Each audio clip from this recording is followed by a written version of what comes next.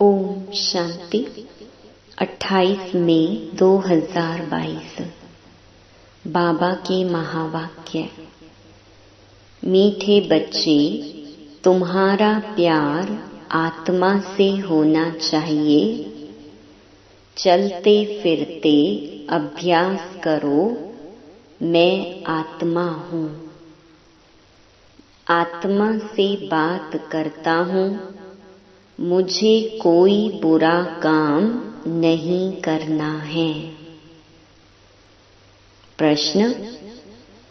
बाप द्वारा रचा हुआ यज्ञ जब तक चल रहा है, तब तक ब्राह्मणों को बाप का कौन सा फरमान जरूर पालन करना है? उत्तर। बाप का फरमान है, बच्चे, जब तक यह रुद्र यज्ञ चल रहा है, तब तक तुम्हें पवित्र जरूर रहना है। तुम ब्रह्मा के बच्चे, ब्रह्मा कुमार कुमारी कभी विकार में नहीं जा सकते। अगर कोई इस फरमान की अवज्ञा करते हैं तो बहुत कड़े दंड के भागी बन जाते हैं। अगर किसी में क्रोध का भी भूत है तो वह ब्राह्मण नहीं। ब्राह्मणों को देही अभिमानी रहना है, कभी विकार के वशीभूत नहीं होना है। गीत। ओ दूर के मुसाफिर। ओम शांति।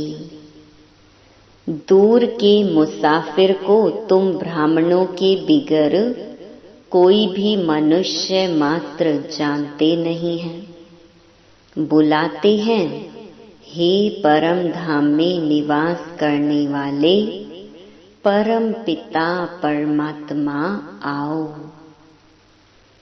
पिता कहते हैं, परंतु बुद्धि में नहीं आता है कि पिता का रूप क्या है, आत्मा क्या है। भल समझते हैं, आत्मा भ्रकुटी के बीच सितारे समान रहती है, बस और कुछ नहीं जानते। हमारी आत्मा में 84 जन्मों का पाठ भरा हुआ है। इन बातों का कुछ भी ज्ञान नहीं है। आत्मा इस शरीर में कैसे प्रवेश करती है, यह भी नहीं जानते हैं। जब अंदर चुरपुर होती है, तब पता पड़ता है कि आत्मा ने प्रवेश किया। फिर जब परमपिता परमात्मा कहते हैं, तो यह भी आत्मा ही पिता कहती है। आत्मा जानती है, यह शरीर लौकिक पिता का है। हमारा बाप तो वह निराकार है। जरूर हमारा बाप भी हमारी जैसा बिंदी स्वरूप होगा। उनकी महिमा भी गाते हैं। मनुष्य सृष्टि का बीज रूप ज्ञान सागर पतित पावन है, परंतु कितना बड़ा व छोटा है, यह सबकी बुद्धि में नहीं बैठता है। पहले तुम्हारी बुद्धि में भी नहीं था कि हमारी आत्मा क्या है। भल परमात्मा को याद करते थे कि हे परम पिता, परंतु कुछ भी जानते नहीं थे। बाप तो निराकार है, फिर वह पतित पावन कैसे ठहरा? क्या जादू लगाते हैं? पतितों को पावन बनाने जरूर यहाँ आना पड़ता है। जैसे हमारी आत्मा भी शरीर में रहती है, वैसे बाप भी निराकार है। उनको भी जरूर शरीर में आना पड़े। तब तो शिवरात्रि अथवा शिव जयंती मनाते हैं, परंतु वह पावन कैसे आकर बनाते हैं यह कोई भी जानते नहीं है। इसलिए कह देते हैं सर्वव्यापी। प्रदर्शनी में अथवा कहाँ भी भाषण आदि करने जाओ तो पहले पहले बाप की ही पहचान देनी है, फिर आत्मा की। आत्मा तो भ्रकुटी के बीच रहती है, उसमें ही सारे संस्कार रहते हैं। शरीर तो खलास हो जाता है, जो कुछ करती है वह आत्मा ही करती है। शरीर के ऑर्गन्स आत्मा के आधार पर ही चलते हैं। आत्मा रात को अशरीरी हो जाती है।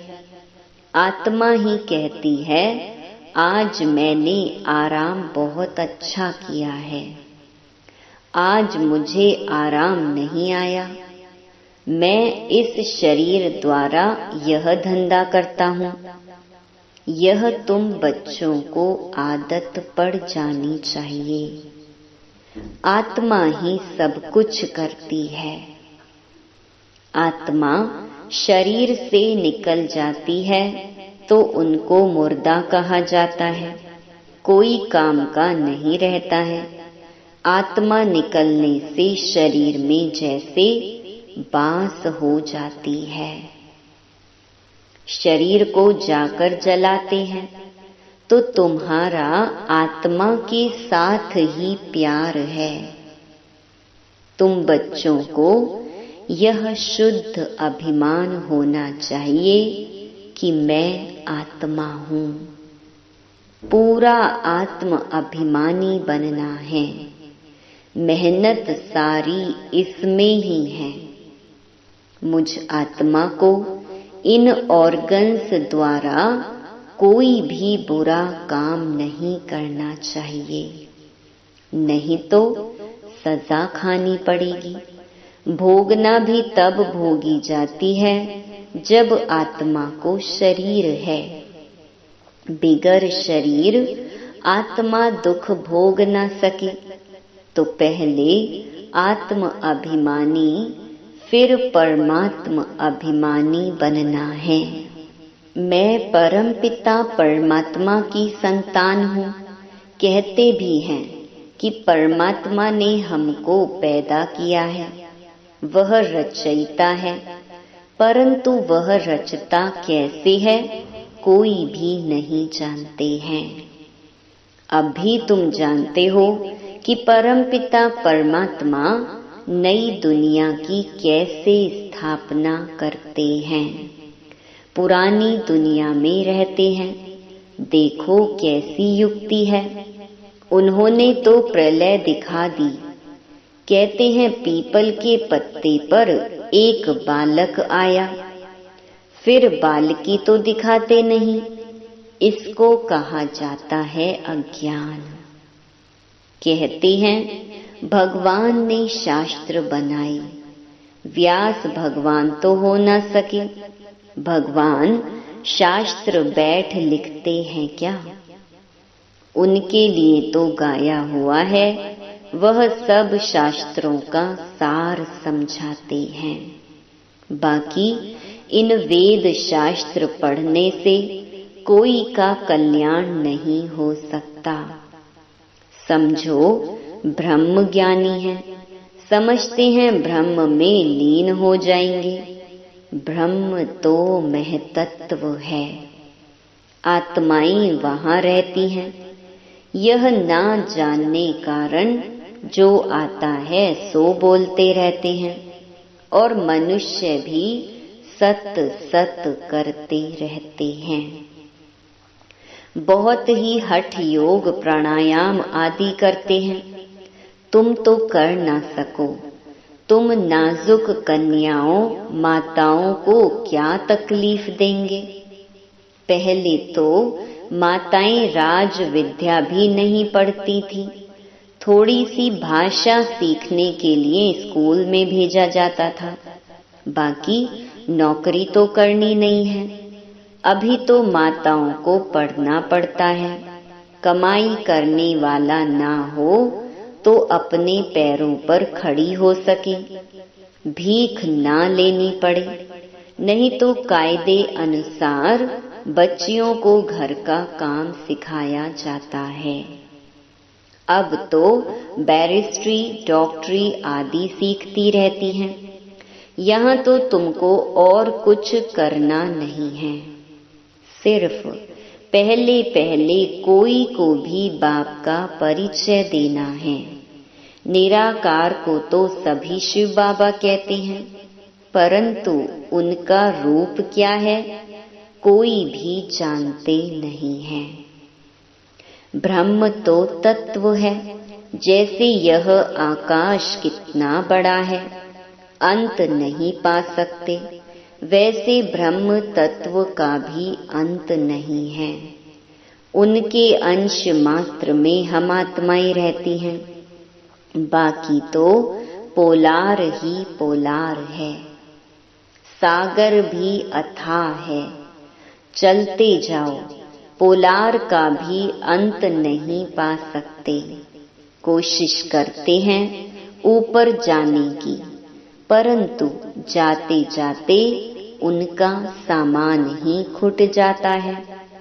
वैसे ही महतत्व भी बहुत बड़ा है, वहां जाकर कुछ ढूंढने की दरकार नहीं है।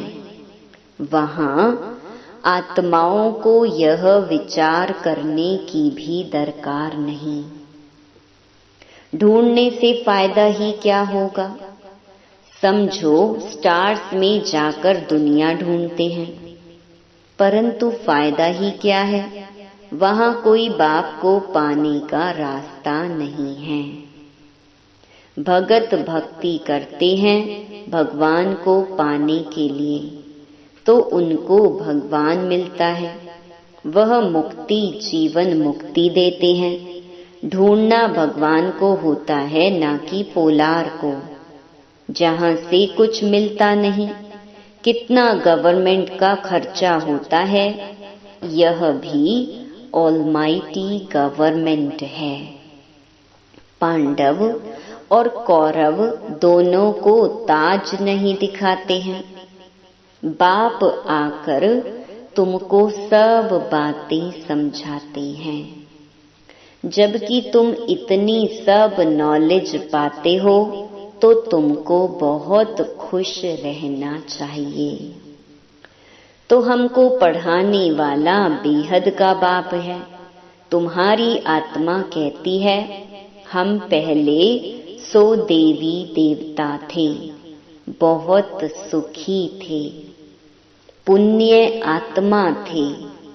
इस समय हम पाप आत्मा बन पड़े हैं, क्योंकि यह रावण राज्य है। यह रावण की मत पर है, तुम हो ईश्वरीय मत पर। रावण भी गुप्त है तो ईश्वर भी गुप्त है। अभी ईश्वर तुमको मत दे रहे हैं, रावण कैसे मत देते हैं।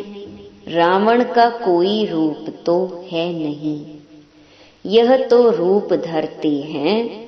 रावण के तो सभी रूप हैं। जानते हैं हमारी आत्मा में 5 विकार हैं। हम आसुरी मत पर चल रहे हैं। मेल फीमेल दोनों में 5 विकार हैं। ये सब बातें मनुष्य की बुद्धि में तब बैठेंगी जब वह जानेंगे कि हमको पढ़ाने वाला निराकार परम पिता परमात्मा है। परमात्मा निराकार है। जब वह साकार में आवे तब तो हम ब्राह्मण बने।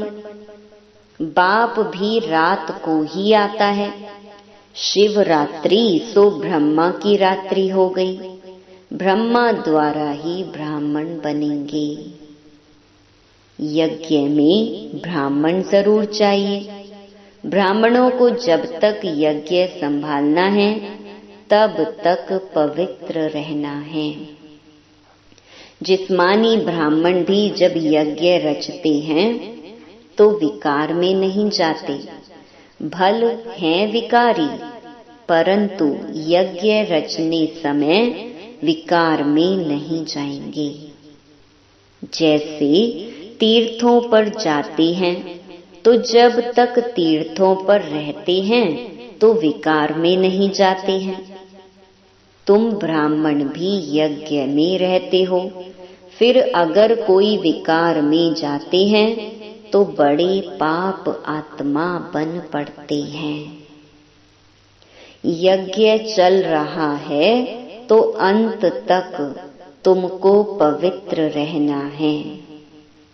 ब्रह्मा के बच्चे, ब्रह्मा कुमार कुमारियां कब विकार में नहीं जा सकते। बाप ने फरमान किया है, तुम कब विकार में नहीं जाना, नहीं तो बहुत दंड के भागी बन जाएंगे। विकार में गया तो सत्यानाश हुई। वह ब्रह्मा कुमार कुमारी नहीं, परंतु शूद्र मलेच्छ हैं। बाबा हमेशा पूछते हैं, तुमने पवित्र रहने की प्रतिज्ञा की है। अगर बाप से प्रतिज्ञा कर ब्राह्मण बन फिर विकार में गए तो चंडाल का जन्म पाएंगे। यहाँ वैश्या जैसा गंदा जन्म कोई होता नहीं। यह है ही वैश्याल्य। दोनों एक दो को विष पिलाते हैं। बाबा कहते हैं, माया भल कितने भी संकल्प लावे, परंतु नंगन नहीं होना है। कई तो जबरदस्ती भी नंगन करते हैं। बच्चियों को ताकत कम रहती है। पवित्रता के साथ चलन भी बहुत अच्छी चाहिए। चलन खराब है तो वह भी काम के नहीं। लौकिक माँ बाप में विकार हैं तो बच्चे भी माँ बाप से ही सीखते हैं। तुमको पारलौकिक बाप तो यह शिक्षा नहीं देते। बाप तो देही अभिमानी बनाते हैं, कभी क्रोध नहीं करना। उसी समय तुम ब्राह्मण नहीं चंडाल हो, क्योंकि क्रोध का भूत है। भूत मनुष्य को दुख देते हैं। बाप कहते हैं, ब्राह्मण बनकर कोई शैतानी काम नहीं करना है। विकार में जाने से यज्ञ को तुम अपवित्र बनाते हो, इसमें बड़ी खबरदारी रखनी है। ब्राह्मण बनना कोई मासी का घर नहीं है। यज्ञ में कोई गंध नहीं करना है। 5 विकारों में से कोई भी विकार ना हो, ऐसे नहीं क्रोध किया तो हर्जा नहीं।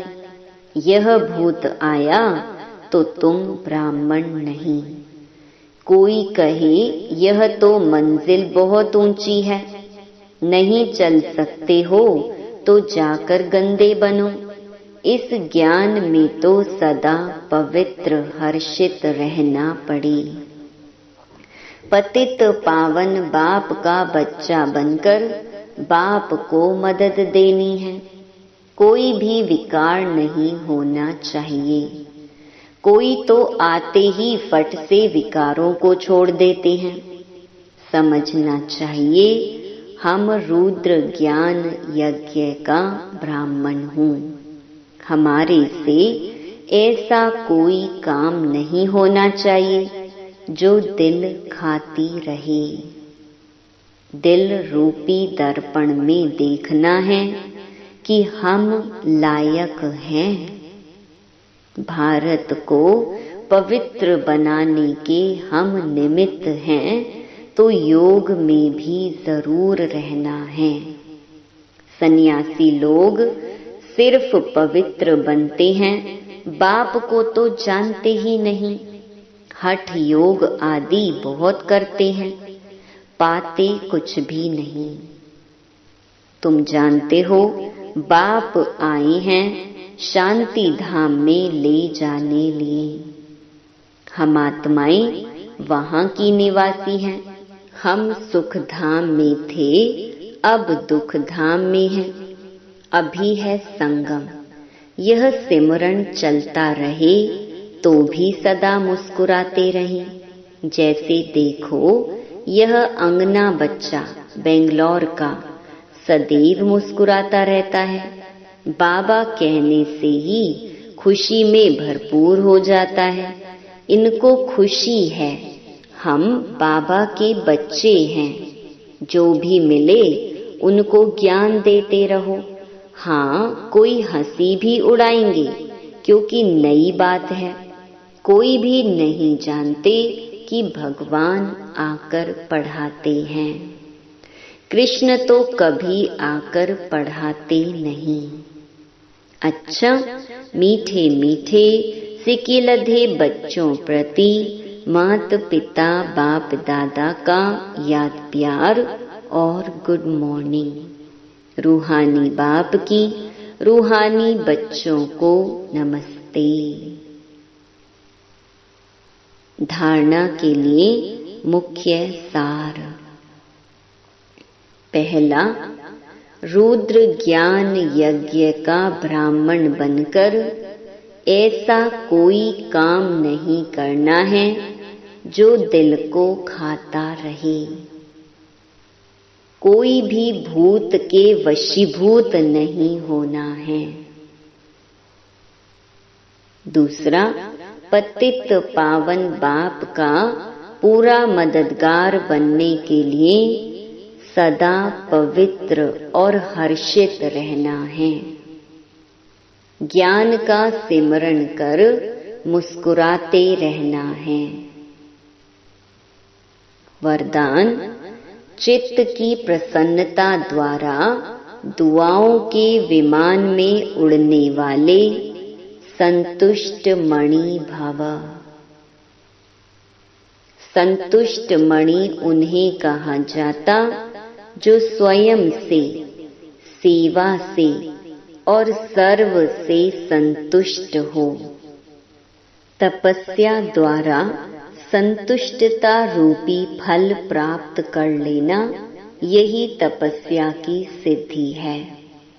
संतुष्ट मणि वह है जिसका चित्त सदा प्रसन्न हो। प्रसन्नता अर्थात दिल दिमाग सदा आराम में हो, सुख चैन की स्थिति में हो। ऐसी संतुष्ट मणियां स्वयं को सर्व की दुआओं के विमान में उड़ता हुआ अनुभव करेंगी।